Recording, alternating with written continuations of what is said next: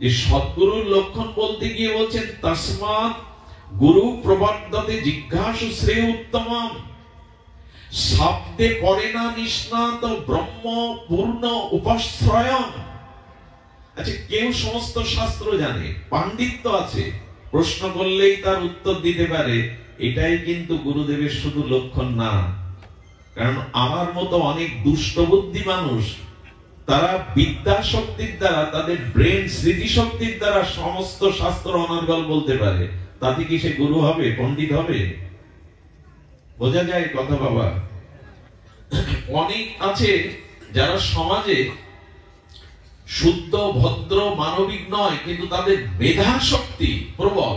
তো মেধা শক্তি দিয়ে যদি সমস্ত শাস্ত্র আপনি মুখস্থ করে বলতে পারেন, তাতে আপনি গুরুদেব নন। এই জন্য পরে বলে শব্দে পরে না নিষ্ণাতং ব্রহ্ম পুনঃ উপাশ্রয়ম, অর্থাৎ তার মধ্যে পূর্ণ ব্রহ্মের স্বয়ং ভগবানের উপাশ্রয় থাকতে হবে। তিনি শ্রী ভগবানের উপাশ্রয়ম, তার মধ্যে স্বয়ং ভগবানের অপরোক্ষ মহিমা, কৃপা শক্তি, এগুলি থাকতে হবে, শুধু শাস্ত্রের দ্বারা নয়। শব্দে ব্রহ্মাণী বেদাক্ষ ন্যায়ত নিষ্ণাতম তত্ত্বম, অর্থাৎ সমগ্র শাস্ত্রের ব্যুৎপত্তি জ্ঞানের সাথে সাথে তিনি পূর্ণ ব্রহ্মের আশ্রয় তত্ত্ব হবেন, তার মধ্যে পূর্ণ সমশ্রয় থাকবে। ছোট করে একটু বলি, 4টে লক্ষণ যদি কারোর মধ্যে দেখেন, তাহলে পরম্পরা ধারায় হলে দীক্ষা তার কাছে নিন। প্রথম লক্ষণ, যে যিনি নিজে দৃঢ় বিশ্বাসের সহিত ভগবত ভজন নিজে করেন, যিনি নিজে ভজন পরিত্যাগ কখনো করেন না, এবং তিনি ভজন সাধন করেই প্রেম ভক্তি উপলব্ধি করেছেন, নিজে আচরণ করেছেন।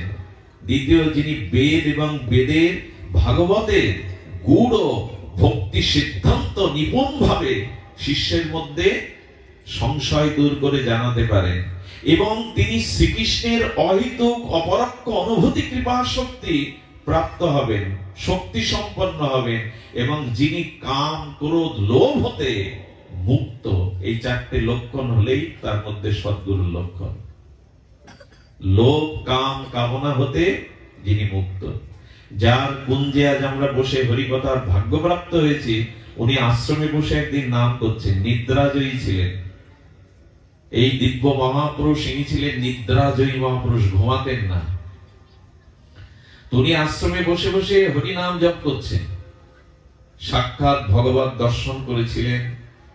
নাম জপ করতে করতে, ঘটনাটা বহুবার আমরা উল্লেখ করেছি, সম্মুখে দেখছেন কমলা দেবী, লক্ষ্মী দেবী। কমলা দেবী, তুমি এসেছো এখানে? কিন্তু উনি তো মহাপুরুষ, শাস্ত্রজ্ঞ মহাপুরুষ। উনি তাকিয়ে দেখছেন, এ তো লক্ষ্মী দেবী না, লক্ষ্মীর মতো অপরূপ রূপ। কারণ লক্ষ্মী দেবী হতে গেলে তার গলে প্রলম্বিত সদ্য প্রস্ফুটিত সুগন্ধময় পদ্ম ফুলের মালা থাকতে হবে, নাহলে তিনি লক্ষ্মী নন।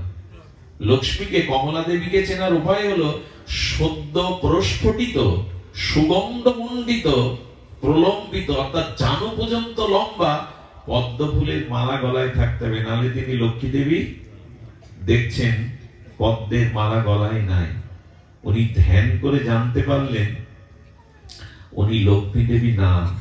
ওনার আশ্রমে এক শিষ্য, তিনি কামের চিন্তা করছিলেন, পর স্ত্রীর প্রতি মোহগ্রস্ত হওয়ায় পর স্ত্রীর চিন্তা করছিলেন। আর ওই যে সুন্দরী রূপ ধরে এসেছে, ও অশরীর কোন প্রেতাত্মা, যাদের আত্মাগুলো আত্মহত্যা করে, অতি পাপ করে মারা যায়, তাদের আত্মার ঊর্ধ্বগতি হয় না। তারা বিভিন্ন রূপে তাদের যে অতৃপ্ত বাসনা, তাদের যে ভোগ বাসনা, তারা কারো শরীরের মধ্যে প্রবেশ করে ওই ভোগ বাসনাগুলো পরিপূরণ করে। একটু কথা বলি, ভগবত চিন্তন না করলে কিন্তু ক্ষতি হবে। ভগবানের চিন্তন মনন হরিনাম আশ্রয় না করলে, নিত্য নিরন্তর সতের সাথে যুক্ত না থাকলে ক্ষতি কিন্তু হবে। কারণ এই আত্মহত্যাকারী, অশরীরী, অপবিত্র, অতৃপ্ত আত্মাগুলো ইথাত্তরঙ্গে ঘুরে বেড়ায়। ওরা কোথায় ঢুকতে চায় জানেন? যে ভগবত চিন্তা, সৎচিন্তা ভুলে কামনা বাসনা কুচিন্তায় রত, সর্বদা ভোগে রত, তারা নিঃশ্বাসের মধ্যে, লোমের মধ্যে দিয়ে তার শরীরে প্রবেশ করে তার অভীষ্ট ভোগ বাসনা আপনার দ্বারা করিয়ে নেয়। মানুষ মাঝে মাঝে এমন কাজ করে বসে, কিছুক্ষণ পর শান্ত হলেই বিবেকের কাছে প্রশ্ন করে, আমার দ্বারা এই কাজ হলো কি করে? আপনার দ্বারা হয়নি। ওই অসৎ চিন্তার ফল এটি, কুচিন্তার ফল এটি। আপনার মধ্যে প্রবেশ করে অশরীরী অতৃপ্ত আত্মা তার ভোগ, তার ক্রিয়া করে নিয়েছে। এই জন্য খুব সতর্ক থাকবেন। মানুষ বাড়ি তৈরি করে ইটের উপর প্লাস্টার করে, তারপর পেন্টিং করে। কেন করে জানেন? ইটটা আগলা রাখলে নোনা ধরবে, ওতে ছত্রাক গিয়ে জন্মাবে। খালি ইট পেলে, খালি জায়গা পেলে কিন্তু ছত্রাক এসে বসবে। যখনই মন ভগবত চিন্তা, হরিনাম ছেড়ে দেবে, তখন এই অপবিত্র চিন্তাটা, অসৎ চিন্তাটা আপনার স্মৃতিতে ঢুকে যাবেই যাবে, সেই আপনাকে বিপদগামী করবে। ওই যে কামের চিন্তা করছে, ও এসেছে ওর শরীরে ঢুকবে বলে, ভেতরে ঢুকতে পারছে না। কেন জানেন? বিজয় কৃষ্ণ গোস্বামী পাদপদ্মের মতো মহাপুরুষ হরিনাম করছে বসে বসে, তার সামনে দিয়ে যাওয়ার ক্ষমতাও নাই। কিছুক্ষণ পর চলে গেল। এরকম মহাপুরুষ ছিলেন উনি। কিছুক্ষণ পর বিদায় নিল। এই জন্য ভগবত চিন্তা কিন্তু আমাদের করতেই হবে। ক্ষতি হয়ে যাবে, হানি হয়ে যাবে, মহতি বিনষ্ট হয়ে যাবে। এই জন্য তস্মাৎ সর্বেষু কালেষু মমনুষ্যর যুদ্ধ চ। গীতাতে ভগবান বললেন, সর্বদা আমাকে স্মরণ করো। তস্মাৎ সর্বেষু কালেষু মমনুষ্যর, আমাকে স্মরণ করো। সতত কীর্তন্ত মাং, গীতার এই মহাবাণী, সর্বদা আমার চিন্তা করো। আমার নামের চিন্তা, আমার রূপের, আমার লীলা, আমার ধামের, যে কোনো ভাবে আমার সাথে যুক্ত থাকো। না হলে কিন্তু ওই অসৎ চিন্তার দ্বারা ওই পথ দিয়ে তোমার ভিতরে ধ্বংস নেমে আসবে। একটা মুহূর্তের, অশুভ মুহূর্তের একটা কুচিন্তায় আপনার জীবন শেষ করে দিতে পারে। একটা অসতর্কতম মুহূর্তে আপনার ভিতরে ক্ষণিকের আবেগ, ক্ষণিকের কুচিন্তা আপনার পুরো জীবনটাই নষ্ট করে দিতে পারে। সাবধান আর আমরা হয়েছি, সাবধান আর আমাদের হয়েছে। এই জন্য গুরুচরণ আশ্রয় না করলে, যদি শ্রীগুরু পাদ পদ্মে আমাদের যথাযথ নিষ্ঠা, রুচি না থাকে, তাহলে কিন্তু পার পাবো না। এক শিষ্য 6 মাস ধরে জঙ্গলে তপস্যা করেছে। শুনুন গুরুদেবের কি মহিমা। 6 মাস ধরে যখন তপস্যা করেছে, এই সমাজ তপস্যার করার পরে এই সমস্ত গায়ে মাটি টাটি জমে গেছে, লতা পাতা এসে ঘিরে ধরেছে, হাড়গুলো কেবল আছে। উনি উপলব্ধি করলেন আমার মধ্যে কাম নাই। কি উপলব্ধি করলেন? কাম সাধনার দ্বারা জয় হয়। শ্রীগুরু পাদপদ্মে প্রণাম করে বলছেন, আপনার আশীর্বাদে সাধনায় আমি কাম জয় করেছি। গুরুদেব হাসছেন, বলেন, কাম জয় নিজের সাধনার বলে হয় না। দেবতা মনি ঋষিরাও স্খলিত হয়ে পড়ে। গুরু কৃপা ব্যতীত কারো কাম জয় সম্ভব। গুরুদেবের বাক্যটা নিজে সাধন করেছে তো, নিজে ভজন করেছে, মেনে নিতে পারছে না। শিষ্য গুরুদেবের সামনে তর্ক করতে পারেন না, কিন্তু মন থেকে মেনে নিতে পারলেন না। ওনার সিদ্ধান্ত সাধনার দ্বারা কাম জয়। কেউ যেন কখনো মনে করবেন না আমি নিজ চেষ্টায়, ভজনের দ্বারা, আমার নিজ প্রচেষ্টার দ্বারা, নিজ পুরুষত্বের দ্বারা আমি কাম ক্রোধ জয় করতে পারবো। সম্ভব না। একমাত্র শ্রী গুরু করুণা হলে, আর গুরু বলতেই সাধু গুরু বৈষ্ণব তিনে এক। সাধু গুরু বৈষ্ণব, এদের কৃপা ব্যতীত কাম জয় হবে না। শিষ্যটির মনে 3 মাস যেতে না যেতে হঠাৎ কামের উদয় হলো। গুরুদেবেরই ইচ্ছা। এমন হলো 2 দিন উপবাস করে ঘরে দৌড় দিয়ে আছে, কিন্তু কাম যাচ্ছে না। উনি কি করেছে জানেন? সহ্য না করতে পেরে কামের তাড়নায় পীড়িত, তাড়িত হয়ে পতিতালয়ে গেছেন। পতিতা সুন্দর বেশ ধরে তার সামনে যখন একটা জল ফলের থালা এনেছেন, পতিতার মুখপানে তাকাবার সাথে সাথে দেখছেন ওখানে পতিতা দাঁড়িয়ে নেই, শ্রী গুরুদেব দাঁড়িয়ে আছেন। শ্রী গুরুদেব দাঁড়িয়ে আছেন। দৌড়াতে দৌড়াতে উনি শ্রী গুরুদেবের চরণে এসে কাঁদছেন, আর চরণ ধরে বললেন, শ্রী গুরুদেব, সাধনার দ্বারা কাম জয় হয় না, হয় গুরু কৃপার দ্বারা। শ্রী গুরুদেব সর্বদা আপনার দিকে দৃষ্টি দিয়েছেন, পতন হতে দেবেন না, হাত ধরেই তিনি পার করে দেবেন। এই জন্য সর্বদা গুরু শরণ। আজকে আমাদের অর্থ বল আছে, আজ আমাদের ক্ষমতার বল আছে, জনবল আছে, কিন্তু একটি বল না থাকলে সবই দুর্বল প্রাপ্ত হবে, সবই ধ্বংস হবে। সেটা কারো যদি গুরু বল না থাকে। সব থেকে বল হলো শ্রী গুরু বল। যার কাছে গুরু বল নাই, সে পৃথিবীতে অনর্থের হাত থেকে রক্ষা পাবে না। বিজয়ী হতে গেলে শ্রী গুরু বল লাগবে। এই জন্য অর্জুন সকা হলেও কৃষ্ণকে বলেছিলেন, শিষ্যাস্তে মাং সাধিবাং তাং প্রপন্নম। আমি এখন তোমার সখা নই, বন্ধু নই, আমি তোমার চরণে সমর্পণ করলাম, আমি তোমার শিষ্য, আমাকে আমার কর্তব্য জ্ঞান আলো দাও। শিষ্য শরণাগত না হলে কৃষ্ণ একটা উপদেশ অর্জুনকে শুরু করেননি। গুরু চরণে যতদিন আমার সমস্ত সবকিছু সমর্পণ না করব, ততদিন শ্রী গুরুদেব আমাকে তত্ত্ব জ্ঞান দিবেন না। এই জন্য গুরুচরণ যথাযথ রূপে আশ্রয় করুন, শ্রী গুরু চরণে নিজেকে সমর্পণ করুন। এছাড়া দ্বিতীয় কোনো পথ নাই। শ্রী গুরু হাত ধরে অনর্থের হাত থেকে আমাকে রক্ষা করবেন, সর্বদা তাই করেছেন তিনি। যেমন ওই শিষ্যকে রক্ষা করলেন এই নিদ্রাজয়ী মহাপুরুষ, ভগবৎ প্রদত্ত পুরুষ।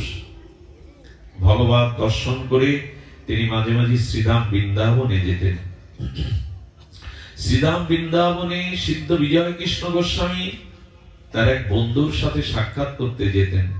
ভাগবত জগতেও একজনের সাথে তার অভিন্নতা ছিল। তিনি গিয়ে দেখছেন বন্ধুটি মাথা পাড়লো, মানে মাটিতে শোয়ালো, ওই দেহ থেকে একটা বালিকা বেরিয়ে চলে গেল। বিজয় কৃষ্ণ গোস্বামী ধ্যানের দ্বারা জানতে পারলেন ইনি মঞ্জুরি স্বরূপের আরাধনা করেছেন সারা জীবন। ওই যে সখী মঞ্জুরি, ওই সাধনা, ওই মনশ্চরণে মনচিন্তনে নিত্য নিরন্তর তিনি নিত্য লীলার সেই রাধারানীর কিঙ্করী মঞ্জুরি ভাব সাধনা করে গেছেন। তাই এই খোলসটা সাপের মতো ছাড়লো, আর রাধারানীর কিঙ্করী রূপটা ওই দেহ প্রাপ্ত হয়ে নিত্য লীলাতে চলে গেল, রাধারানী নিত্য লীলাতে চলে গেল। বিজয় কৃষ্ণ গোস্বামীর সাথে বৃন্দাবনের একটা গতাগতি ছিল, গতাগতি ছিলেন। কত আতুর পীড়িত অন্ধ স্খলিত পতিত জীবকে তিনি আলো দেখিয়েছেন। এই মহাপুরুষের দিব্য জীবনের যে আলোর বিচ্ছরণ, তাতে আমাদের মতো তাপিত পীড়িত স্খলিত কত মানুষ ভক্তি প্রেম লাভ করে প্রগতির পথে গেছেন। এনারা ছিলেন এই জগতে চিহ্নিত ভগবানের মুক্ত পুরুষ, মহাপুরুষ। জগৎ কল্যাণের জন্য ওনারা নেমে এসেছিলেন। আজ আমরা যথাযথ সম্মান শ্রদ্ধা তাদের জীবন তাদের লীলা অনুসরণ করি না। দেখুন, ভক্ত চরিত্র যতদিন না শুনবেন, শ্রী ভগবানের শুদ্ধ মহামানবদের দিব্য চরিত্রের আলোকে যতদিন নিজেকে না জাগাবেন, ততদিন প্রেম ভক্তি পথ আমরা পাবো না। ভক্ত চরিত্র শুনতে হবে, ভক্ত মহিমা আমাদের জানতে হবে, তবেই আমরা সঠিক নির্দেশনা পেয়ে নিজেকে মুক্ত করতে পারব। মহাপুরুষের কৃপা ছাড়া, মহতের কৃপা ছাড়া কোনো কিছুই সম্ভব নয়। ললিতপুর বলে ভারতবর্ষে একটি জায়গা আছে, খুব ধ্যান দিন, কথাটি খুব মার্মিক কথা। এই ললিতপুরে তখন খন্ড খন্ড রাজ্য।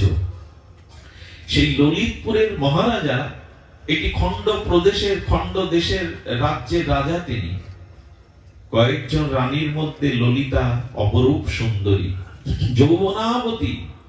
রাজা প্রায় ললিতা রূপে গুণে মোহে মোহিত হয়ে তার কাছেই পড়ে থাকে, তার কাছেই প্রায় পড়ে থাকে। ললিতার প্রতি রাজার যে মোহ, ললিতাও রাজার এই প্রীতি ভালোবাসা মোহে উজাড় করে দিয়েছে রাজাকে। এ তো বিধি বাম।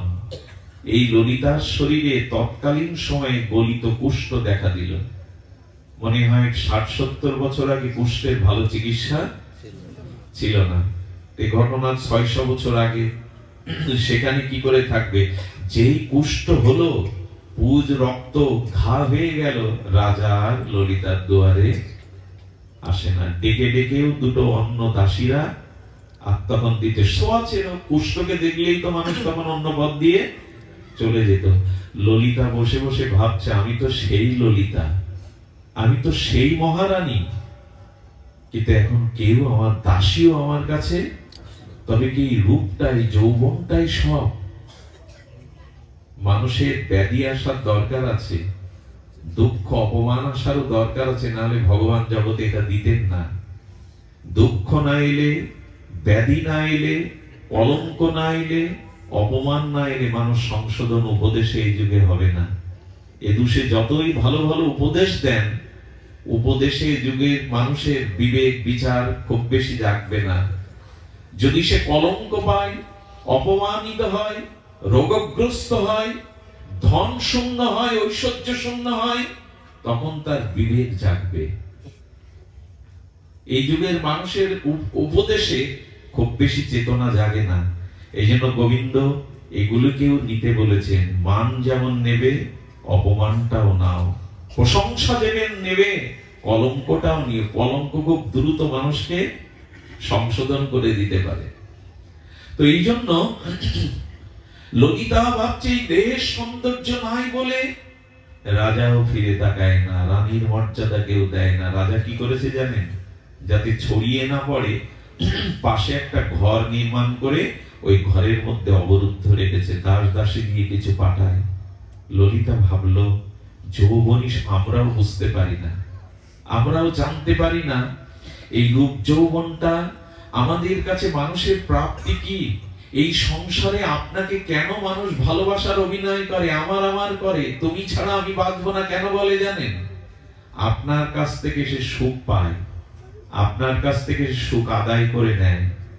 যেদিন আর আপনি ওদের সুখের কারণ হতে পারবেন না, ওদের কোন সুখের জিনিস আর আপনি দিতে পারবেন না, তখনই বুঝতে পারবেন এই সংসারে স্বার্থ ব্যতীত, আপনার কাছে সুখ আদায় করা ব্যতীত কেউ আপনাকে আন্তরিকভাবে ভালোবাসে না। এই সংসারটা নিয়মই, কারণ আত্মা ছাড়া কোনো বস্তু প্রিয় হতে পারে না। আত্মনস্তু তু কামায়া সর্বং প্রিয়ং ভবতি। খুব ধ্যান দিন কথাটা, অত্যন্ত অতিশয় মার্মিক কথা। আত্মাই হলো প্রিয়, আত্মা ছাড়া এই জগতে কোনো বস্তু ব্যক্তি সম্বন্ধ প্রিয় হতে পারে না। বস্তু ব্যক্তি সম্বন্ধ প্রিয় কেন? পিতা প্রিয় কেন? মা প্রিয় কেন? স্ত্রী প্রিয় কেন? সজ্জন বন্ধু কুটুম্ব প্রিয় কেন? ওর মধ্যে আত্মা আছে তাই প্রিয়। আত্মা শূন্য মরা দেহের সাথে কারো সম্পর্ক, প্রীতি, ভালোবাসা। সুন্দরী যুবতী যদি মারা যায়, তার স্বামীকে বলুন তো, মেডিসিন দিয়ে লাশ 200 বছর রাখা যায়, 1000 বছর রাখা যায়, ওকে রেখে দাও 10 দিন তোমার খাটে, তোমার ঘরে। হাত পা আছে, সবই আছে। কোন যুবক যদি কোন যুবতীকে মনে মনে কল্পনার আসনে বসায়, ওই যুবতী যদি মারা যায় স্ট্রোক হয়ে, তাকে গিয়ে বলবেন তো, ওর নখ থেকে চুল অব্দি সব আছে, তুমি তোকে মনে মনে ভালোবাসতে কল্পনা করতে রাখো। রাখবে তো কোন যুবক যুবতীর দেহ ভয়ে পালাবে, ওর দিকে ফিরে তাকাবে না। অথচ শরীরের সমস্ত বস্তুই আছে। কেন ভালোবাসা নেই কেন? প্রিয়তা নেই কেন? বস্তু ব্যক্তি সম্বন্ধ প্রিয় হতে পারে না, আত্মা আছে তাই প্রিয়। প্রিয় বস্তু আত্মা, শরীর প্রিয় না, সম্বন্ধ প্রিয় না। এই জগতে একটু বাস্তবতাকে যদি নিরীক্ষণ করেন, দেখতে পাবেন সুখ না আপনি দিতে পারলে, এই সংসারের জন্য আর কিছু করতে না পারলে, আপনার প্রয়োজনই নাই তাদের। এই মহতেই ভুলে আছে আমার আমার করে। এই জন্য আত্মাই প্রিয়, কারণ ভগবানের চিৎকন অংশ, চিত অংশ আত্মা, সহজ অবল সহজ সুখ রাশি আত্মা। এই জন্য আত্মা আছে তাই সম্বন্ধ, প্রীতি, ভালোবাসা সবই আছে। তো এই আত্মা প্রিয়। তো ললিতা চিন্তা করলো, এই দেহ তাহলে প্রিয় নাই, রানী এই পথ প্রিয় নাই, শুধু যৌবনটা এই পোকা হয়ে গেছে, পুজ রক্ত হয়ে গেছে বলে মুখও দেখে না। আত্মহত্যা করার সিদ্ধান্ত নিলেন। কেন মহাপুরুষ, কেন গুরুদেবের, কেন সাধুর শরণ নিতে হয়? এদের ছাড়া জীবনে আত্মকল্যাণ সম্ভব নয়। মহতের কৃপা বিনা কোনো কার্যে ভক্তি নয়। আবার বলি, মহতের কৃপা বিনা কোনো কার্যে ভক্তি নয়। কৃষ্ণ ভক্তি রহুক দূরে, সংসার নহে ক্ষয়। আরে কৃষ্ণ ভক্তি তো দূরের কথা, সংসারের মোহমায়াও ক্ষয় হবে না যতদিন কোন মহতের কৃপা আপনার জীবনে না হবে। এখানে ভগবত কৃপার কথা বলা হয়নি, ভগবানের কৃপা না, সাধুগুরু বৈষ্ণব কোন মহতের কৃপা যদি হয়, তখনই আপনার জীবনে সংসার ক্ষয় হবে, মোহ নাশ হবে, তখনই আপনার জীবনে কল্যাণ আসবে, তাছাড়া আসবে না। ললিতা চিন্তা করলো আত্মহত্যাই করব, আত্মহনন করব। কে তার দেহটা বাইরে নিয়ে যাবে? উচ্চ প্রাচীর, রাজপ্রাসাদ। একজন কাজের লোককে ডেকে সোনার হার খুলে দিল গলা থেকে, এটা তুমি নাও, রাত্রে আমাকে পার করে দাও, মই দিয়ে পাঁচিলটা পার করে দাও। ললিতাপুর, এখনো ভারতবর্ষে ওনার নাম করে, ওই গ্রামটার নাম ললিতপুর। উনি পাঁচিলের ওপাশে গেলেন, কখনো একটু হেঁটে, কখনো গড়িয়ে। ওখানে একটা বিশাল কুয়ো ছিল, বহু মানুষ এর আগে ওখানে মরেছে। কুয়োতে যখন ঝাঁপ দিতে যাবে, ওই কুয়োর পাশে ছিল নৃসিংহদেবের মন্দির। ওখানে বসে একজন ভক্ত, একজন তপস্বী সাধক বহুদিন ধরে ভজন করছেন নৃসিংহদেবের। চোখ বন্ধ করেই বলছেন, মরলে কি, শরীর ছাড়লেই কি সমস্যার সমাধান হয়? যেই বলেছে থমকে দেয়, আমি মরতে এসেছি কে জানলো? কাউকে তো আমি বলিনি। মহাপুরুষের চরণে গিয়ে পড়েছেন, আপনি কি করে জানলেন আমি আত্মহনন করতে এসেছি? সব জানি আমি। যদি জানেন কেন আটকাচ্ছেন? হয়তো মরতে দিন, না হলে আমার এই রোগ সেরে দিন, দুটো একটা আপনাকে করতে হবে। সাধু বললেন, রোগ সারতে পারি, কিন্তু একটা সত্য আছে। কি সত্য? এই দেহটা পুনরায় যখন তুমি পাবে, তখন এই দেহটা শ্রী ভগবানকে ব্যতীত এই দেহের ভাগ, এই দেহের যতদিন বর্তমান আছে সময়, দেহ অন্য কাউকে আর দিতে পারবে না। তুমি এর থেকে যৌবনাবতী হবে, এর থেকে রূপের জৌলুস বাড়বে, কিন্তু এই দেহ মন শ্রী ভগবানকে ছাড়া আর কাউকে দিতে পারবে না। এই সত্যে যদি বলো, সবাই তো আমাকে পরিত্যাগই করেছে, আর কাকে দেবে? জগৎকে আমার চেনা হয়ে গেছে, জগৎকে আমি ভালো করে বুঝেছি। কৃপা করে যদি একবার এই সুযোগ দেন, জীবন যৌবন সর্বস্ব আমি ভগবানের চরণে সমর্পণ করব। একবার সুযোগ দিন, আমি সমর্পণ করব। শুধু ভক্তগণ, উনি বললেন, কুয়োতে ঝাঁপ দিয়ে না, কুয়োর জল তুলে স্নান করো, নৃসিংহদেব কৃপা করে তোমার রোগ নিরাময় করবেন। রোগ নিরাময় হলো। এটা গল্প শোনাচ্ছি না আপনাদের, জৌলুসও বাড়লো, যৌবনাবতী হয়ে উঠলো আগের থেকে। কিন্তু ঘরে গিয়ে ভেতরে হাক লাগিয়ে একজন দাসী রেখে ওর মধ্যে স্নান পান যেটুকু করেন, রাজা শুনেছে রানী নিরাময় হয়েছে। আমি বহু চেষ্টা করেও কবিরাজ ঔষধে পারিনি, কোন অলৌকিক কৃপায় হয়েছে। রানীর রূপ জ্যোতি দূর থেকে দেখেও বারবার করজোড়ে ওই মোহ, ওই ভোগের লালসা। বললেন, জগৎকে আমি বুঝেছি, এ শরীর সংসার আর এখন আর জগতের নয়, জগদীশ্বরের। আমাদের চেতনা এমনি করে ফিরতে পারে যদি কোন মহতের কৃপা আমাদের জীবনে হয়।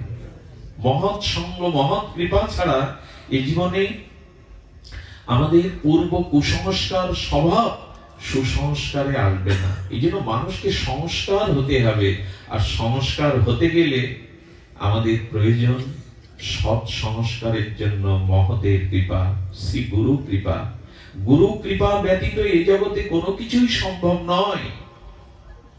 শ্রী গুরু পাদ পদ্ম আশ্রয়, শ্রী গুরু স্মরণ মনন। আমার কি মনে হয় জানেন, যোগাচার্য স্বামী বনবানন্দ একটা জিনিস তিনি রেখে গিয়েছিলেন, সেটা হলো গুরু পূজা। দেখুন, আমাদের গৌড়ীয় বৈষ্ণবে যে পূজা পদ্ধতি আছে, উপাসনা পদ্ধতি, ওখানে গুরু পূজা আগে করে তবে গোবিন্দের পূজা। কিন্তু গুরু পূজাটাকে বিশেষ জোর দিতে হবে। শ্রী গুরু পূজা আজকে যদি ঘরে ঘরে হতো, শ্রী গুরুর অভিষেক, শ্রী গুরুর আরাধনা, শ্রী গুরু বন্দনা, এর মধ্যে দিয়ে একটা পরিবার জেগে উঠত। আজ সবকিছু নষ্ট হতে বসেছে জানেন। আজকে সমাজ বিবর্তনে, সময়ের পরিবর্তনে আমরা এত উগ্র আধুনিক ভোগবাদী সভ্যতায় পৌঁছেছি, আমাদের সনাতন সংস্কার কৃষ্টির দিকে লক্ষ্য নেই। যে গৃহে প্রভাতে মঙ্গল আরতি হয়, যে গৃহে সন্ধ্যায় ভগবানের দিব্য আরতি হয়, যেখানে শ্রী ভগবানের গীতাদি শাস্ত্র অনুশীলন পঠন পাঠন হয়, যেখানে সাধুগুরু বৈষ্ণবের চরণ ধুলিতে স্নাত হয়, সেখানে অভিশাপ আসতে পারে না। সে বাতাবরণ, সে পরিবেশ কিছু ভিন্ন, কিন্তু এগুলি হয় এই গৃহে। সব থেকে বড় কথা অর্জুন বলেছিলেন, অধর্ম বিভবাৎ কৃষ্ণ দুষ্টাশুকুল স্ত্রীয়। খুব মন দিয়ে শুনুন কথাটি। গৃহে যদি ধর্ম অনুশীলন না থাকে, শ্রী গুরু পূজা, ভগবত উপাসনা না থাকে, তবে স্ত্রীদের মধ্যে দুষ্ট বুদ্ধি আসার সম্ভাবনা থাকে। অধর্মে বিভবাৎ কৃষ্ণ দুষ্টাশুকুল স্ত্রীয়, অর্জুনের শব্দটা গীতাতে। যে পরিবারে পুরুষরা আদর্শমুখী নয়, ধর্মমুখী নয়, সেই স্ত্রীর, সেই ঘরের সহধর্মিনী স্ত্রী বা রমণীগণ প্রায়শ দুষ্ট স্বভাবের হয়ে যায়। ভজন নেই, উপাসনা নেই তো কি, আগে যায় কাজকর্মও থাকতো, সুস্থ থাকতো। সেই মা ঠাকুরমাদের আমলের ভোর থেকে উঠে, এখন তো রিমোটের যুগ, পরিশ্রম এখন এত রোগ ব্যাধির কারণ হলো মানুষ সব রিমোটে করে বসে। কাজের লোক, মোছার লোক, রান্নার লোক সব আলাদা। বসে বসে খেলে হবে কি, রোগী তো হবে। মা ঠাকুরমারা সে গোবরের প্রলেপ দিত, আজকে এগুলি নেই। গোবরের প্রলেপ দিত, ওই গোবরের মধ্যে এমন একটি জীবাণুনাশক ক্ষমতা আছে, ওখানে কোনো জীবাণু আসতে পারে না। আজও কোনো মাঙ্গলিক কর্মে যেখানে যজ্ঞ হবে, হোম হবে, ওখানে গোময় লেপন করতে হয়, কারণ পরিবেশটা জীবাণুমুক্ত হয়। মাটি দিয়ে, প্লেট দিয়ে ঢেকে দিতে পারলেই আমরা খুশি। আচ্ছা, মাটির ঘরে পড়ে কারো মাজা ভেঙেছে এরকম শুনেছেন? এখন তো বাথরুমে পড়েই মানুষ মারা যায়। এত প্লেট বসানো, ওইখানে পড়ে প্রায় শুনবেন বাথরুমে পড়ে গিয়ে। তার মানে কি এগুলো বসাতে নিষেধ করছি না, কিন্তু এত উগ্র হওয়া ঠিক নয়, এত ভোগবাদে থাকা উচিত নয়। অতি ভোগ কিন্তু আমাদের কালচারটাকে নষ্ট করতে বসেছে। আজকে এই জন্য ভোরবেলা যদি মায়েরা উঠে একটু মঙ্গল আরতি দেয়, ওই ঘুমান্ত স্বামী সন্তানের কানে যদি ভগবানের দিব্য প্রভাতী ভৈরবীর আগে ওই হরিনাম যায়, তাদের দিনটায়, তাদের মনে মনে সারাদিন ওই সুখটা অনুরণন হবে। প্রভাতী সুরে কেউ যদি আমার গৌরকে জাগায়, রাই জাগো, এই যে প্রভাতী ভৈরবীর আগের হরিনাম, শুধু হরিনামও যদি কেউ করে, ওই সুরটা বাতাবরণে, ঘুমন্ত সন্তানের কানে বাতাবরণে গেলেই কল্যাণ হবে। সবকিছুই নষ্ট হতে বসেছে। শুধু ভক্তমণ্ডলী, সনাতন বৈদিক ঋষিরা যাদেরকে মা বলেছেন, তারা জগতের প্রভূত কল্যাণ সাধনে রত ছিল। যেমন গাভী মা, তুলসী মা, এরকম মা বলেছে না? গীতা মা। যেখানে মা শব্দটা ঋষিরা দিয়েছেন, মা তো প্রতিপালন করে, মার মতো সেবা কেউ জানে না। মা গড়তে জানে, মা প্রতিপালন করতে পারে, মা মেপে নিতে পারে, সেই মা গুলোকেই বাদ রেখেছি। তুলসী মার কাছে যাই, একটু পরিক্রমা করি, প্রতিদিন একটু জল দিয়ে তুলসীকে প্রণাম করি। কটা হিন্দু আজ সকাল সন্ধ্যা তুলসীকে পরিক্রমা করে, একটু জল সিঞ্চন করে প্রণাম করে? আরে একটা করে প্রসাদী তুলসী পাতা প্রতিদিন খেলে 60% ক্যান্সারের ঝুঁকি কম থাকে। খাওয়াই আমরা। তুলসীর গায়ের বাতাস লাগলে ও মা, ও ভক্তি দাত্রী, কজন মানুষ যায়। গীতার একটা শ্লোক পাঠ করতে 2 মিনিট লাগে, সে সময় মানুষের হাতে নেই, কিন্তু খবরের কাগজ পড়ার সময় আধা ঘন্টা ধরে ধরে আছে। সব কিছু নষ্ট করতে বসেছে আমরা। শান্তি নেই কেন? বাড়ি গাড়ি টাকার অভাব নেই, শান্তির অভাব। আমরা পুরাতন বৈদিক কৃষ্টিটাকেই ধ্বংস করে ফেলেছি। গাভী মা, পৃথিবী আজ মরুভূমি হয়ে যাচ্ছে, উর্বরতা কমে যাচ্ছে। এক সময় আমাদের এই উপমহাদেশে হব্য কব্য কৃষি সমস্ত কাজের কারণ ছিল গাভী, কৃষি কিসে পালন হতো? কৃষি হাল চাষ গাভী দিয়ে। ওদের গোময় মানে ওদের গোবর আর ওদের ওই যে মূত্র, ওগুলো ধরিত্রীতে পড়ে পড়ে ধরিত্রী উর্বর হতো। আরে এখন তো বিজ্ঞানীরা গোময় গোমূত্র দিয়ে 100টা রোগের চিকিৎসা শুরু করেছে। খাঁটি গাভীর দুগ্ধ অমৃত। কিন্তু কি হয়েছে জানেন? ওই যে সবকিছু একটা মেকি নকল হচ্ছে। এই যে ক্রস বা সংকর ঘটিয়ে যে জার্সি গরু আনা হয়েছে না, এই জার্সি গরুর দুধ সন্তানকে খাওয়ালে কোনো না কোনো দিন সে কোনো মারাত্মক ব্যাধিতে আক্রান্ত হবেই হবে। এবং শুনে রাখুন, মহিষের দুগ্ধ দিয়ে ভগবানের অভিষেক চরণামৃত কোনো পূজা কার্য বৈদিক সনাতনে হয় না। কারণ মহিষের দুধ যতই উৎকৃষ্ট হোক, সার হোক, মহিষ হলো রজগুণ বা ক্রোধের প্রতীক। গাভীর দুধ লাগবে যদি বলেন বিল্বমঙ্গল এইসব কথা রেখে দাও, এখন খাঁটি গাভীর দুধ কোথায় পাবো? ওই দিয়ে সারতে হবে, হবে না পূজা। তবে বিদেশি জার্সি গরুর সাথে সাথে যদি ওই না পান, খাঁটি দেশি গাভীর দুগ্ধটা 2 ফোঁটা ওর মধ্যে দিয়ে তবে পূজা সারতে হবে, অভিষেক করতে হবে, নাহলে ওটা গ্রহণীয় হবে না।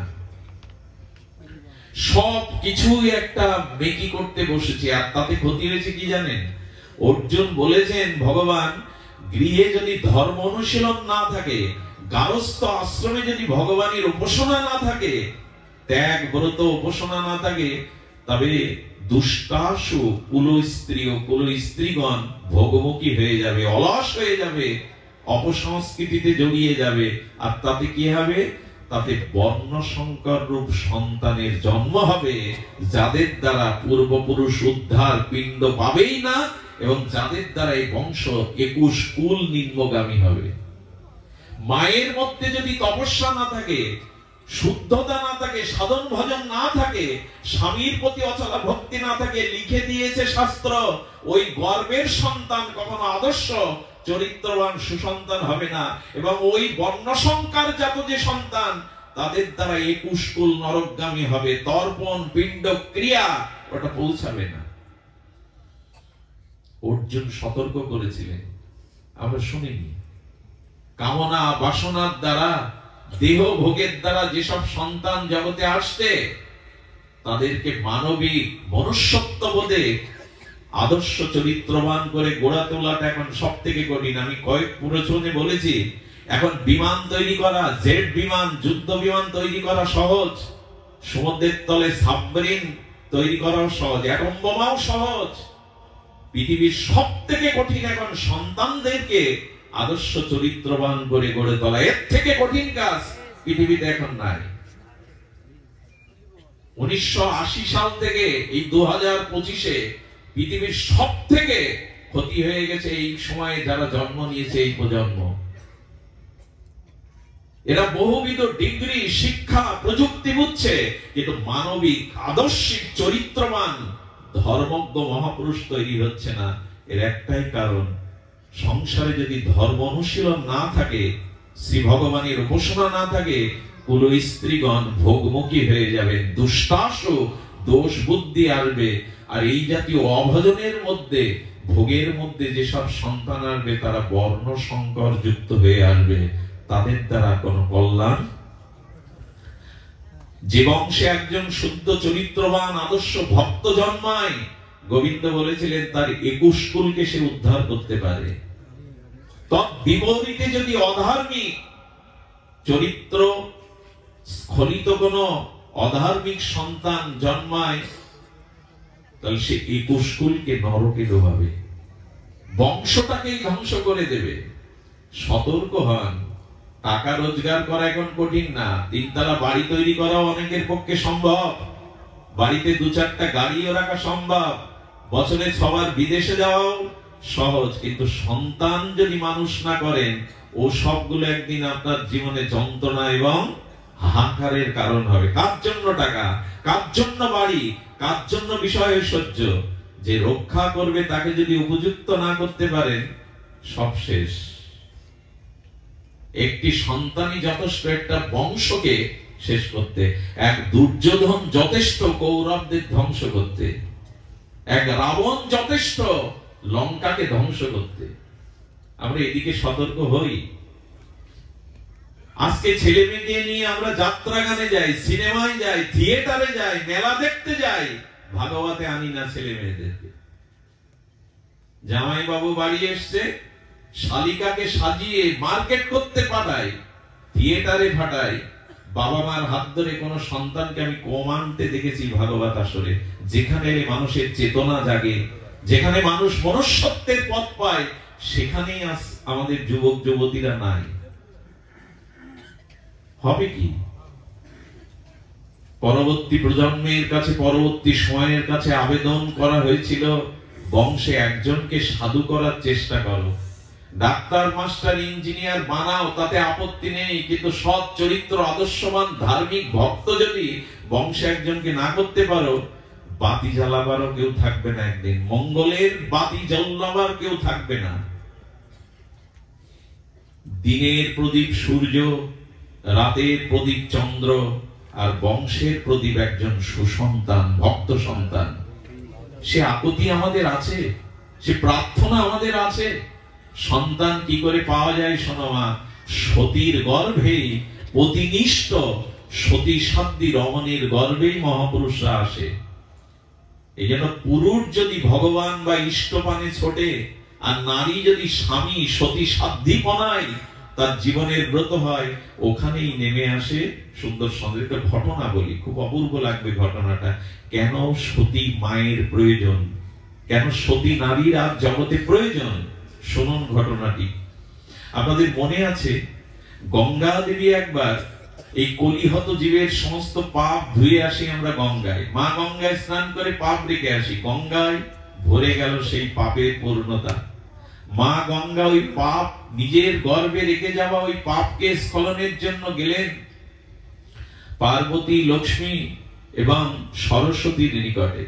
তিনজনকে এক জায়গায় থেকে বলছেন, মা আমাদের জীব যে গঙ্গা স্থানে পাপ রেখে যায়, এই পাপ মুক্ত করো আমাকে।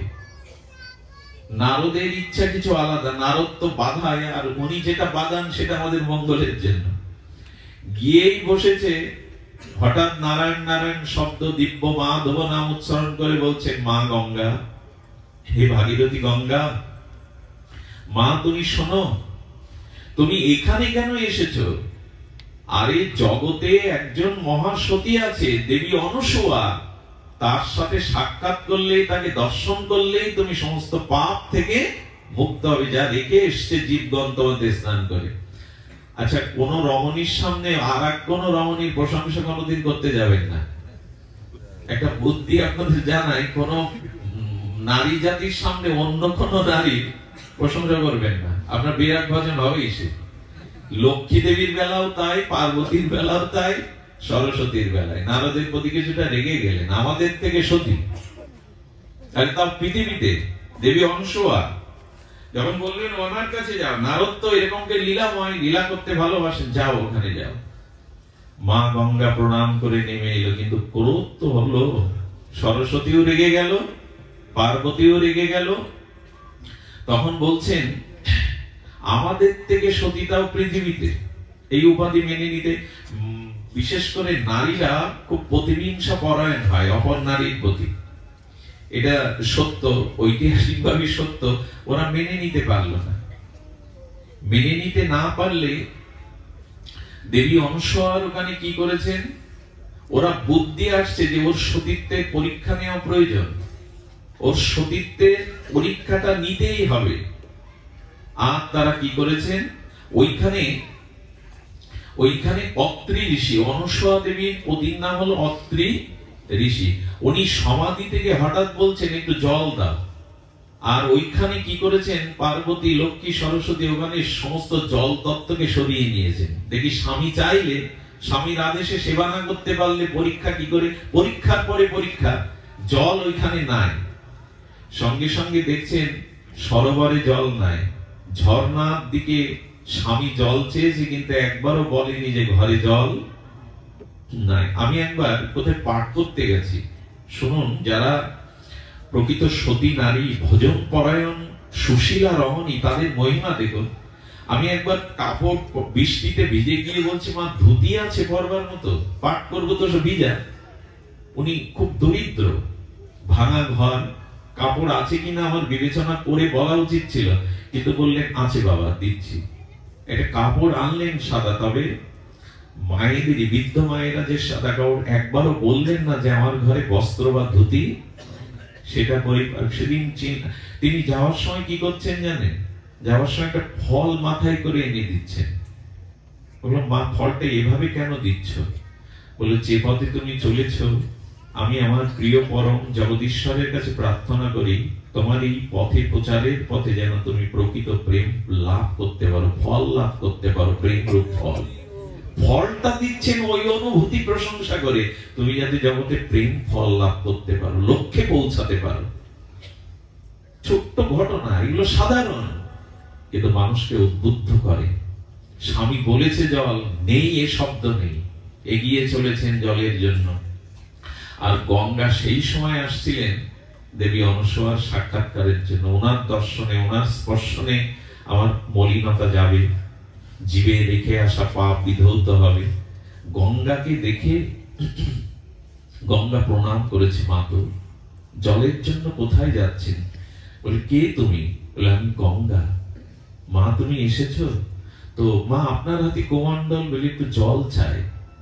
দুর্গা মানে গঙ্গা দেবী দেখছেন পার্বতী, লক্ষ্মী, সরস্বতী জল তত্ত্বই সরিয়ে নিয়েছে পরীক্ষার জন্য। ঝর্ণার দিকে মা গঙ্গা তাকালেন, ঝরে ঝরে জল আসলো, ওই জল নিয়ে গিয়ে স্বামীকে সেবা করালেন। দেবী অনসূয়াকে দর্শন করে মা সত্যপাতক নাশিনী দেবী গঙ্গা বড় প্রীত হলেন। আর গঙ্গা মায়ের আশীর্বাদ, মায়ের সঙ্গ পাওয়ার সাথে সাথে তার ভিতরে নির্মলতা এলো। দেখুন, একজন সতীর দর্শনের দ্বারা, একজন শুদ্ধ আত্মার দর্শনের দ্বারা গঙ্গারও রেখে আসা পাপ স্খলন হয়। কোন শুদ্ধ ভক্তের চরণধূলি যদি গঙ্গায় পড়ে, হরিনাম সংকীর্তনে রত কোন বিশুদ্ধ মহাভাগবতের চরণ রেণু যদি গঙ্গায় পড়ে, গঙ্গাও বলে আজ আমি ধন্য হলাম, আজ আমি ধন্য হলাম ভক্তের চরণ ধরি পেয়েছি বলে। গঙ্গাও নিজেকে ধন্য মানে। তো দেবী অনসূয়ার আশীর্বাদ পেয়ে গঙ্গা পবিত্র হলো। যেটা পার্বতীর মনে, লক্ষ্মী দেবী, কমলা দেবীর মনে, সরস্বতীর মনে সেই জেদ, সেই অভিমান, ওর সতীত্বের পরীক্ষা নিতে হবে। সকলে মনোযোগ দিন, ধ্যান দিন। তখন বলছেন, আরে সরস্বতী বলছে ব্রহ্মাকে, পার্বতী বলছে ভগবান শঙ্করকে, লক্ষ্মী দেবী বলছেন বিষ্ণুকে, তোমরা যাও। আরে আমাদের সতীত্ব তো জগৎ বিদিত, শাস্ত্র বিদিত। দেবী অনসূয়া নাকি আমাদের থেকে সতী, ওর সতীত্বের পরীক্ষা করে এসো। শুনছেন তো মা? পাঠাচ্ছেন শিব ঠাকুরকে, ব্রহ্মাকে এবং বিষ্ণুকে, যাও পরীক্ষা করে এসো। মায়েদের কথা তো মাঝে মাঝে শুনতে হয় পতি দেবতাদের। পরীক্ষা করতে এসে দিগম্বর তিনজন মহাত্মার বেশ ধরেছে। দিগম্বর মানে বস্ত্র রাখেননি, বিবস্ত্র হয়ে যেমন দেবী অনসূয়ার দুয়ারে এসেছেন। অত্রি ঋষি কোথায় বসে তপ করছিলেন, গৃহে তিনি নাই। দেবী অনসূয়া বাইরে আসার সাথে সাথে বললেন, মা আমরা তোমার কাছে ভিক্ষা নিতে পারি, আমরা পরমহংস, আমাদের ভিক্ষাটাও দিতে হবে খুব নিষ্পাপ হয়ে, বস্ত্র আবরণ থাকলে হবে না। অনসূয়া মা দুয়ারে তিনজন এসেছে, ব্রহ্মা বিষ্ণু মহেশ্বর, তিন সাধু রূপে, কি করে পাবেন? ঘরে গিয়ে স্বামীকে স্মরণ করছেন, জগৎপতিকে বলছেন, সত্যই যদি পতি প্রাণা হই আমি, তাহলে বিবস্ত্র হয়ে মা তার শিশুর কাছে যেতে পারে। দুগ্ধপোষ্য সদ্য ভূমিষ্ঠজাত শিশুর কাছে মায়ের বস্ত্র আবরণের প্রয়োজন হয় না নিজ সন্তানের কাছে। হে প্রভু, যদি আমি সৎ সুন্দর সতীত্বকে প্রতিসেবা করে থাকি, এই মুহূর্তে ওই তিনজন মহৎকে দুগ্ধপোষ্য শিশু তৈরি করে দাও।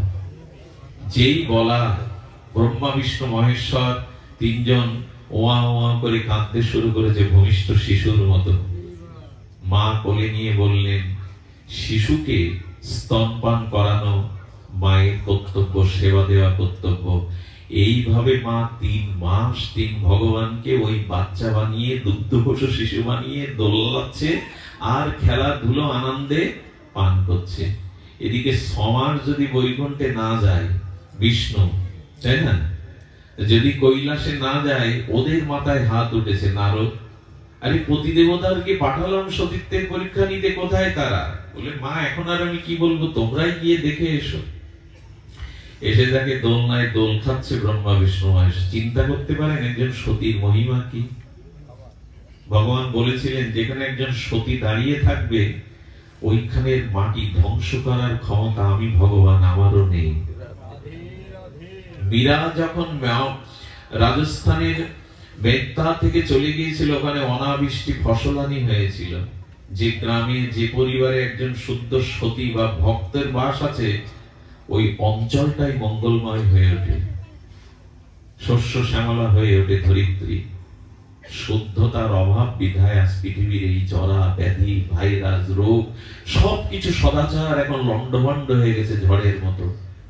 তো এসে দেখছেন যে ওই তিনজন সাহিত্য খেলছে তারা। আচ্ছা, ব্রহ্মা বিষ্ণু মহেশ্বর পারে না ওদের পূর্বের রূপে ফিরে যেতে? সম্ভব না। সতী বাক্য তোলে না দিলে ব্রহ্মা বিষ্ণুরও সাধ্য নেই ওই অবস্থার পরিবর্তন হওয়া। কি আশ্চর্য সতীর মহিমা কীর্তন করা হয়েছে। দেবী অনুসূয়ার কাছে গিয়ে চরণে পড়লেন, মা তোমার পরীক্ষার জন্য পাঠিয়েছিলাম, আমাদের পতিদেবতাকে করুণা করে আমাদের কাছে ফিরিয়ে দাও। আজ পার্বতী, লক্ষ্মী, সরস্বতীও এই জগতে দেবী অনুসূয়ার কাছে এসে চরণে পড়ছেন, মা পতিদেবতাকে ফিরিয়ে দাও। সতীর কি মহামহিমা। মা বললেন, ঠিক আছে পতিদেব, তোমরা তো আমার মেয়ে, আমার সন্তানদের আমি তোমাদের কাছে ফিরিয়ে দিলাম। কিন্তু যখন ব্রহ্মা বিষ্ণু মহেশ্বর যাচ্ছে, বললেন, আচ্ছা 6 মাস যে আমার বুকের দুধ পান করলে, এখানে খেলা করলে, পাড়া প্রতিবেশী মনিরা যদি জিজ্ঞাসা করে তোমার সেই সন্তানটা কোথায়, কি জবাব দেব? এক কাজ করো, তোমরা 3 জন সন্তান হয়ে আমার কোলে এসো। ভগবান শিবের অংশে এলো দুর্বাসা, ভগবান বিষ্ণুর অংশে এলো দত্তাত্রেয় ভগবান, আর ব্রহ্মার বড় ভাই এলেন এক ঋষি স্বরূপ। এই 3 সন্তান দেবী অনুসূয়ার কোলে মানুষ হতে লাগলেন। ভগবান ও সতীর কাছে পুত্র হয়ে আসতে চায়, প্রতিপালক হয়ে সতীর কাছে। এই জন্য আমি আপনাদের নিবেদন করব, বড় বড় মন্দির করছেন, করুন। মন্দিরে সেবা, পূজা, আরাধনা, নিত্য আরাধনার ব্যবস্থা করুন। মন্দির করছেন, করুন, কিন্তু গৃহটাকে মন্দির করুন, গৃহটাকে আশ্রম করুন। গৃহে যদি ধর্ম অনুশীলন না হয়, জাতি বাঁচবে না, এই ধর্ম বাঁচবে না। কারণ 4টি আশ্রম আমাদের: ব্রহ্মচর্য, গারস্থ, বানপ্রস্থ, সন্ন্যাস। এই গারস্থ আশ্রম হলো 3টি আশ্রমের জননী। গারস্থ আশ্রম না বাঁচবে, সন্ন্যাস আশ্রম বাঁচবে না। এত মহাপুরুষ কোথা থেকে এলো? আশ্রম থেকে, গৃহ থেকে এসেছে মহামানবরা। আজকে সিদ্ধ বিজয় কৃষ্ণ গোস্বামী, তিনিও কোন মায়ের কোল আশ্রয় করে এসেছিলেন। এই জন্য গৃহটা যদি ভজন অনুগামী, পুরুষ যদি ধর্ম অভিমুখী হয়, নারীরা যদি সতী সাধ্যি পরায়ণা হয়, ওই গৃহে যদি নিত্য নিরন্তর ভগবানের উপাসনা, ভগবত আরাধনা হয়, ওইখানে আশ্রম রূপে নেমে আসবে মহাপুরুষগণ। আগামী দিনের সোনালী স্বপ্ন দেখাবে এই সনাতনী সন্তানরা। আমাকে প্রায় মাঝে মাঝে বলেন, মঙ্গলজি আপনি যেই অনিয়ম করে রাত দিন চলছেন, আপনি আপনার জায়গায় কাউকে রেখে যেতে পারছেন তো? কাউকে গড়ে যেতে পারছেন তো? যারা যাচ্ছে তাদের পরে যারা আসছে তাদের মতো পাচ্ছি না। পুরাতনকে পাচ্ছেন কি? যারা চলে গেছে তাদের আর আমরা পাচ্ছি না। পাচ্ছি না এই কারণে, পাওয়া সম্ভব, পাচ্ছি না এই কারণে আমাদের সংস্কার নাই, আমাদের অনুশীলন নাই। এই জন্য মহাপ্রভু বারবার সতর্ক করেছেন, ছাড়িয়ে অনাচার করো কৃষ্ণের সংসার। সংসারটা কৃষ্ণের করো, মায়ার করো না, ভোগের করো না। ছাড়িয়ে অনাচার করো কৃষ্ণের। যেখানে হরিনাম হয় না, সাধুগুরু বৈষ্ণবের চরণ ধুলি পড়ে না, যেখানে ঘন্টা কাসর সকাল সন্ধ্যা বাজালে কি হয় জানেন? ঝাঁজ, খোল, করতাল, এই দিব্য ধ্বনিতে ওখানে অভিশাপ পৌঁছাতে পারে না। কোন অপবিত্রতা সেখানে পৌঁছাতে পারে। এই শব্দগুলোর একটা মহা কল্যাণকর দিক আছে। করতাল, মৃদঙ্গ, ঝাঁজ, খোল এগুলো বাজালে না, এই পবিত্র ধ্বনির ভাইব্রেশনের দ্বারা ওখানে সমস্ত অমঙ্গল দূর হয়। সর্বমহাপ্রাশ্চিত্র যে হরি নামে, যে গৃহে হরি নাম হয় মহাপ্রাশ্চিত্র হয়ে যায় সেখানে। কিন্তু আজ আমরা যাচ্ছি কই? ছোট্ট করে এইটুকু বলবো, ভগবানের সমর্পণ করে জীবন চালান। এটি বলেই পাঠ বিশ্রাম করছি। জীবনের যা কিছু কর্ম ভগবানকে সমর্পণ করে করুন। যৎ করৌষি যদন্নাসি যজ্জহোষি দদাসি যৎ যৎ তপস্যোষি কন্তেও তৎকুরুষ মদার্পণম। এই অনুরোধটুকু আপনাদের কাছে, প্রত্যেকটি কর্ম ভগবানের সমর্পণ করে করুন। আপনি লক্ষ্য করবেন আমাদের সর্বকার্যেষু মাধবম, এটাই বলেছে উপনিষদ বেদ, সর্বে কার্যেষু সর্বকার্যেষু মাধবম। ভগবানকে সমর্পণ করে কর্ম করো। বিশ্বদেব অর্জুনকে অস্ত্র পূজা করতে বলছেন। বলে গুরুদেব অস্ত্র পূজা কেন? বলে এই অস্ত্রই তোমাকে বিজয়ী করবে। অস্ত্রটা যদি ভগবানের সমর্পণ করে, এই অস্ত্রই মহা অস্ত্র হবে। আর এই জাতীয় অস্ত্রেরও পূজা করে, ভগবানের চরণে সমর্পণ করে। এই জাতি আগে মাঠে ফসল ফলানোর জন্য মাঠে হাল চাষ করতে গেলেও মাটিটাকে বন্দনা করে নিত, স্মরণ করে নিয়ে হাল চাষ করত। আরে এখনো কোন কুস্তিবীর কুস্তি খেলতে গেলে মাটিটাকে প্রণাম করে, ফুটবল প্লেয়ার পর্যন্ত মাটিটাকে প্রণাম করে মাঠে ঢোকে। এর কারণ কি? তোমাকে স্মরণ করলে, তোমাকে সমর্পণ করলে সেই কাজে বিজয় আসে, কল্যাণ আসে। ব্রহ্মার্পণং ব্রহ্ম হবি ব্রহ্মাণ্ড ব্রহ্মায়ন হুতম ব্রহ্মৈবস্তেন গন্তব্যং ব্রহ্ম কর্ম সমাধিন। সবকিছু ব্রহ্মময়, তাই ব্রহ্মে সমর্পণ করে সব কাজ করো। তুমি যা কিছু খাও, যা কিছু আহার করো, যা কিছু যজ্ঞ করো, যা কিছু করো আমাকে সমর্পণ করে করো। আরে জলে হাত দিতে গিয়ে হিন্দু গঙ্গে যমুনাশ্চৈব গোদাবরী সরস্বতী সিন্ধু নর্মদা জলাস্মি সন্ধিদেন করো। সকালে উদ্দীপ্ত লাল জবা কুসুম সূর্যকে দেখে তারা প্রণাম করে। জবা কুসুম শঙ্কাশ্য পেয়াং মহাদ্যুতিম। তারা অন্ন মুখে নিয়ে নেওয়ার সময় ভগবানকে সমর্পণ করে প্রসাদ গোবিন্দে নাম ব্রহ্মণে বৈষ্ণবে অন্নটাও নেয়। কি করে না? হিন্দুর আদর্শ ছিল সকাল থেকে রাত পর্যন্ত যে কর্মই করবে ওই কর্মটা যজ্ঞে রূপান্তরিত হবে যদি ভগবানকে অর্পণ করে করো, অর্পণ করে করো। লোহার দোকানদার ওই চর্মকার টানতে গেলেও ভগবানের নাম করে টানে। আরে দোকানদাররা দোকানের তালা খুলতে গেলেও প্রণাম করে তালা খোলে। হিন্দুর সমস্ত জীবন, কর্মজীবন ভগবানের সমর্পিত। যদি ভগবানকে অর্পণ করে নিজের জীবনটা করতে পারেন, ওটাই যজ্ঞ, ওটাই তপস্যা। এই জন্য মহাপ্রভু বললেন আমাদের খাইতে শুইতে ভগবানের নামটা রাখুন, আর প্রত্যেকটি কাজ ভগবানে সমর্পণ করুন। সেটা ঘুমাতে যাওয়ার সময়ও এবং জাগরণের সময়ও, স্নানের সময়, আহার করার সময় দেখুন সর্বকার্যে মাধবকে মিশিয়ে নিন, সর্বকার্যে ভগবানকে সমর্পণ করে করুন। তাহলে সেই কর্ম সম্পূর্ণ নির্দোষ, ফলদানে সমর্থ হয়ে আত্মকল্যাণ করবে। তাই আসুন আমাদের জীবন, আমাদের সর্বস্ব সমর্পিত হোক, ভগবানে অর্পিত হোক। আমরা সূচনা করেছিলাম ভূমিকাতে শ্রী গুরু কৃপা নিয়ে। তো সদ্গুরুর কৃপা, মহতের কৃপা এছাড়া আমাদের জীবনে প্রকৃত কল্যাণ, প্রকৃত মঙ্গল, প্রকৃত আধ্যাত্মিক চেতনা আসতে পারে না। শ্রী গুরুর ছোট্ট একটা মহিমা 2 মিনিটে বলেই বিশ্রাম রাখি। এই মহাপুরুষের চরণে আমাদের কথাঞ্জলি, পুষ্পাঞ্জলি সমর্পণ করে। একবার শ্যামাচরণ লাহিড়ী, এই যোগীরাজ, তিনি বর্ধমানে ডেনামাইট দিয়ে বড় পাহাড় ভাঙছিলেন। তার আন্ডারে অন্তত 100-200 কর্মচারী কাজ করছে। কিন্তু ওই ভগ্ন পাহাড়ের বিপরীত দিকে একটা গুরু গম্ভীর মধুর কণ্ঠস্বর ভেসে আসছে, দুর্গা এদিকে আয়, দুর্গা এদিকে আয়। উনি বলছেন এখানে আমাকে নাম ধরে ডাকবার মতো পরিচিত কেউ নেই, আর কে আমার নাম ধরে ডাকবে? ওই মধুর কণ্ঠধ্বনি অনুসরণ করতে করতে এগিয়ে গেলেন দুর্গাপ্রসন্ন ভট্টাচার্য, বিখ্যাত যোগীরাজ। তিনি এগিয়ে গেলেন, এগিয়ে দেখছেন এক গুহার মধ্যে থেকে গুরু গম্ভীর সেই শব্দধ্বনি ভেসে আসছে, দুর্গা পাথরটা সরিয়ে, প্রবেশ পথ থেকে পাথর সরিয়ে ভেতরে এসো। উনি ভেতরে গিয়ে দেখলেন জটাজুটোধারী এক মহান তপস্বী আচার্য আসনে বসে আছেন।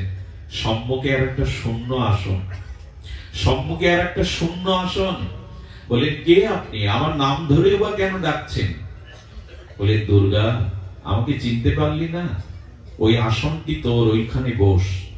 কে দুর্গা? কার আসন? কি বলছেন আপনি? বলে, আমাকে স্পর্শ কর। যেই স্পর্শ করেছে, স্পর্শ অনুভূতির দ্বারা উনি পূর্বজন্মের স্মৃতি দেখলেন যে গুরুদেব এবং উনি এখানেই বসে তপস্যা করছিলেন। মহাকাল মৃত্যু এসে গুরুদেবের কাছ থেকে এই শিষ্যকে ছিনিয়ে নিয়ে যায় মৃত্যু। গুরুদেব আজও বসে আছে ওইখানে, ওই আসন পেতে আবার আসবি, আবার তোকে পূর্ণ কৃপা দিয়ে ভগবত চরণে পৌঁছে দেব, তবেই আমার স্মৃতি। এই হলো শ্রী গুরুদেব। আমার উদ্ধার না হওয়া পর্যন্ত তিনি নিজেও আমার জন্য প্রতীক্ষা করবেন, অপেক্ষা করবেন। একজন চরণাশ্রিত শিষ্য যতদিন ভগবত কৃপা না পাবে ততদিন তিনি আমার জন্য অপেক্ষা করবেন। এই হলো গুরু তত্ত্ব, এই হলো শ্রী গুরু মহিমা। বংশীদাস আমাদের নবদ্বীপে বংশী সেবা করেছে গুরুদেবের সারা জীবন।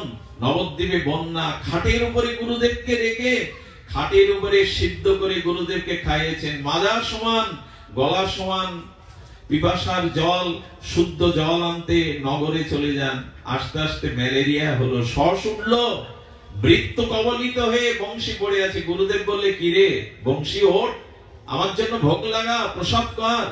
আর কথা বলতে পারছে না। সামনে সে বৃত্ত তাকে আহ্বান করছে মনুষ্য।